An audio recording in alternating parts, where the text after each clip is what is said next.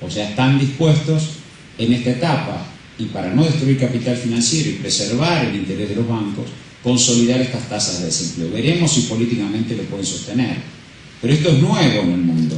Es decir, hay una presión, porque todos los paquetes de ayuda, tanto norteamericanos como europeos, van a salvar los bancos. No va a reactivar la demanda efectiva. Por lo cual están sosteniendo estos niveles de desempleo. Aparentemente puede ser sustentable políticamente, no lo sabemos. Yo tengo mi duda. Pero digo, es un escenario en el cual ellos no pueden transferir su crisis, no pueden resolver la conflictividad con el capital financiero para mantener sus monedas como monedas de reserva, y se ven compelidos a sostener niveles de desempleo inéditos en esas sociedades. Pasamos a la siguiente, que explica todo esto. La relación, la línea roja es la relación dólar-euro, que va bien por abajo, y la línea azul es la relación del dólar con el oro. Como se ve rápidamente, esta crisis lo que hace es mantener estable la relación dólar-euro, o sea que esas monedas pierden posición como monedas de reserva internacional frente al oro.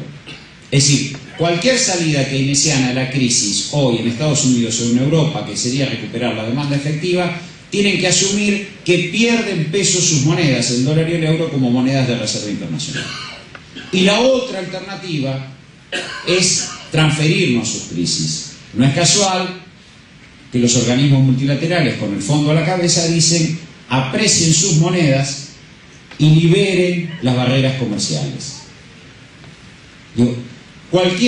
Este es el punto núcleo. Cualquier reactivación de demanda efectiva en Europa o en Estados Unidos aumenta el desbalance global e inmediatamente deteriora el valor de sus monedas como moneda de reserva internacional. Y en Europa se ve duro el tema, porque la consolidación del euro con una Alemania superavitaria supone presionar a la competitividad de los países más débiles, España, Irlanda, Grecia, Portugal, a niveles de competitividad de Alemania o Francia. O sea, la presión que se establece es distinto al escenario de hegemonía anglosajona, Imperio Británico, Estados Unidos, con balanzas deficitarias, que la hegemonía de unificación de Europa en torno al euro que plantea Alemania, donde es el tercer viejo proyecto de los alemanes, organizar toda Europa en función de sus necesidades de competitividad, y sobre la presión del euro establecer los ajustes fiscales que hoy vemos. Aparecen ajustes fiscales draconianos en Irlanda, en Grecia. Veremos si eso se sustenta políticamente. Pero esa es la realidad hoy. El impedir que el dólar y el euro se deprecien como monedas de reserva internacional frente a una crisis de hegemonía, sobre todo por lo del Asia-Pacífico, les está determinando una incapacidad para salir de la crisis en términos de recuperación de empleo y salario. Con lo cual le pronostican a sus poblaciones, sobre todo en el caso de Europa, en los países más débiles y menos competitivos, años de zozobra social. Entonces, hay un doble movimiento en el mundo: una presión capital financiero, política de no perder, no destruir capital financiero, por un lado, y por el otro la dificultad de transferir esa crisis a los países emergentes. Pasamos a la siguiente. En ese mundo nos movemos, y acá quiero hablar de Latinoamérica y quiero establecer rápidamente una sola diferencia.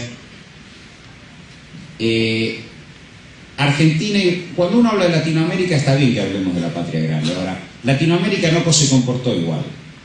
Los países más integrados a Estados Unidos, México y Centroamérica, vieron un impacto de la crisis mucho más profundo que las regiones suramericanas. Por eso yo pongo ahí la evolución de los tres principales países de Latinoamérica, Argentina, Brasil y México, y vemos que el comportamiento es disímil. La caída es menor y la recuperación más rápida en Argentina y Brasil respecto de México.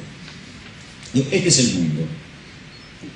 No quieren transferir la crisis, no pueden resolver su conflicto capital financiero con la necesidad de recuperación de la demanda efectiva, y parecen dispuestos a sostener ajustes draconianos y tasa de desempleo elevado durante un tiempo relativamente importante para esas sociedades. Ahora bien, eso determina lo que se llama la guerra de monedas, por sostener los valores de las monedas de reserva internacional, y tras la guerra de monedas el proteccionismo y la guerra comercial.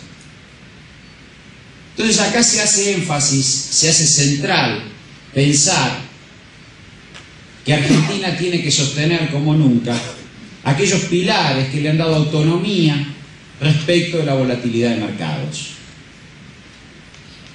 Digo, Argentina aplica políticas públicas en forma autónoma, pueden ser buenas o malas, nosotros podemos ser unos zapatos, digo, pueden ser buenas o malas, pero nadie puede dudar hoy que la política económica está decidida por la Presidenta de la Nación, que fue votada por los argentinos, en forma autónoma de la volatilidad de mercados y de los mercados. Y la necesidad de profundizar esta autonomía aparece más que nunca en los pilares de excedente comercial, en la balanza internacional, en la balanza de pago, superávit fiscal, una estrategia de desendeudamiento consistente, acumulación de reservas que protejan el valor de la moneda y los ataques especulativos. ¿Por qué? Porque nos da autonomía en un mundo que se nos plantea como muy complejo, muy complejo. Hoy más que nunca es necesario el sostenimiento de esas pilares que han hecho el modelo. Yo voy a hacer un rápido raconto de la política económica, pasamos a la Argentina, cuáles fueron los criterios con que nos manejamos desde julio del 2009, cuando nos tocó asumir el equipo económico que encabeza el ministro Boudou.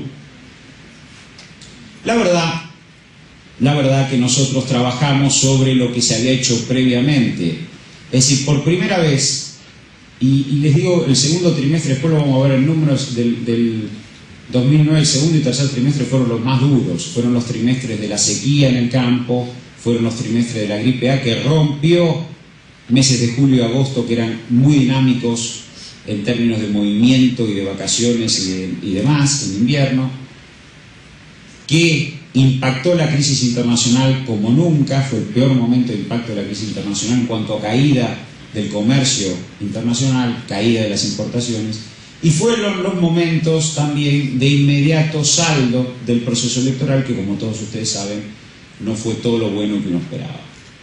Ahora, en ese momento se tomaron las decisiones más audaces, más profundas para revertir este escenario. No voy a hablar de todo lo que es la relación de ley de medios, papel, prensa y demás, pero sí lo que es el sostenimiento de una política fiscal y una política monetaria que recuperaran la demanda efectiva. A diferencia de lo que pasa en Europa o en Estados Unidos, donde la plata va a los bancos, acá la plata iba a la gente por decisión clara de recuperación de la demanda efectiva, y rompimos el maleficio de una Argentina que iba a tener varios años de crecimiento y un ciclo nefasto de crisis internacional. Se protegió a la Argentina de la volatilidad de mercados.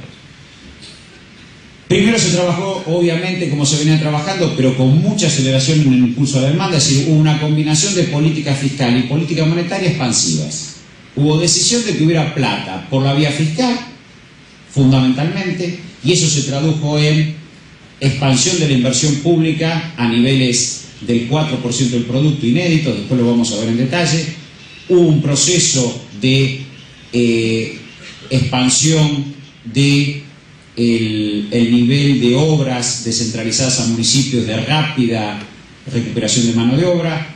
Hubo un avance de todas las políticas sociales no contributivas que cristalizan en la asignación por hijo, y hubo un programa monetario que apuntó resueltamente a que los medios de pago acompañaran el nivel de actividad. Es decir, no hubo restricción monetaria ni fiscal y dura hasta ahora, y eso ha permitido que la Argentina se recupere muy rápido de la crisis y hoy va a presentar una tasa de crecimiento que oscila en el 9%.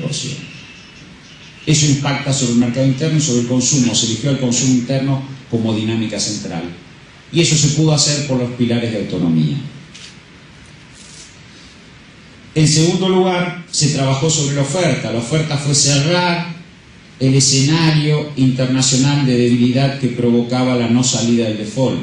En ese marco se avanzó en el canje de la segunda oferta de los bonistas que no habían ingresado en el 2005, logramos reestructurar en conjunto con el 66% que ingresaron en la segunda fase del canje en el 2010 al 92% de la deuda en default, es decir, Argentina salió del default sin que eso costara un solo puesto de trabajo, un programa de ajuste, ni un costo en términos de balanza de pagos para el país. Ahora, se salió porque hubo destrucción de capital financiero. Se salió porque hubo quita, negociación con quita. Esto es lo que no pasa en Europa. Veamos esta comparación. Grecia, Irlanda no les permitan reestructurar su deuda, que está sobreendeudada. Argentina tomó esa decisión y sale por eso.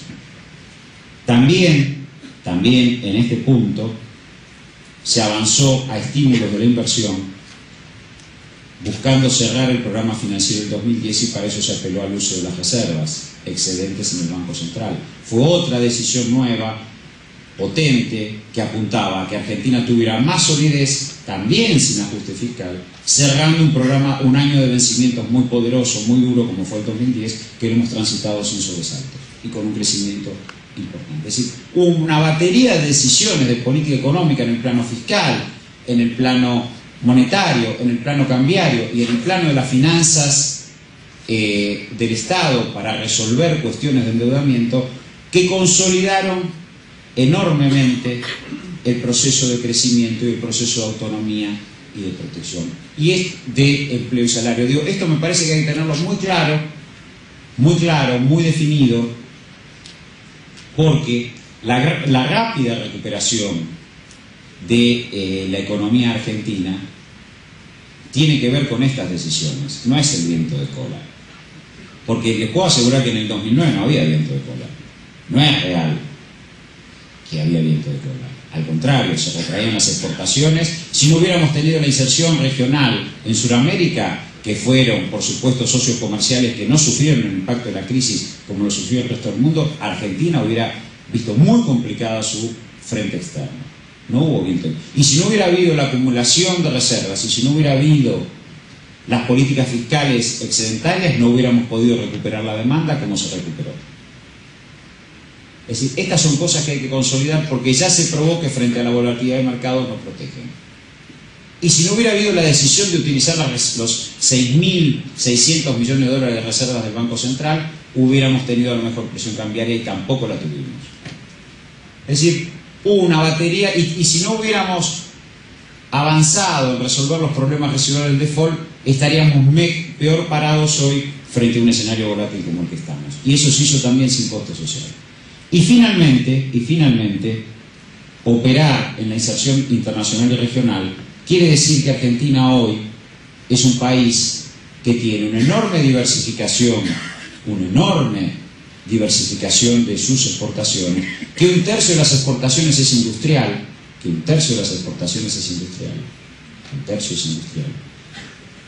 que de ese tercio 65% van a Sudamérica, con lo cual le da una solidez a esa matriz industrial exportadora importante, porque es consumo sostenido, y que además hoy también Argentina ha aumentado la venta de servicios reales al exterior, de consultoría, recursos humanos, aprovechando otra ventaja competitiva. La balanza de servicios reales también se decía, Argentina es mucho más sólida en el frente externo por imperio de sus propias decisiones, y no es real el discurso de la Argentina aislada del mundo, porque si no tendríamos una balanza de pagos muy angosta y muy limitada.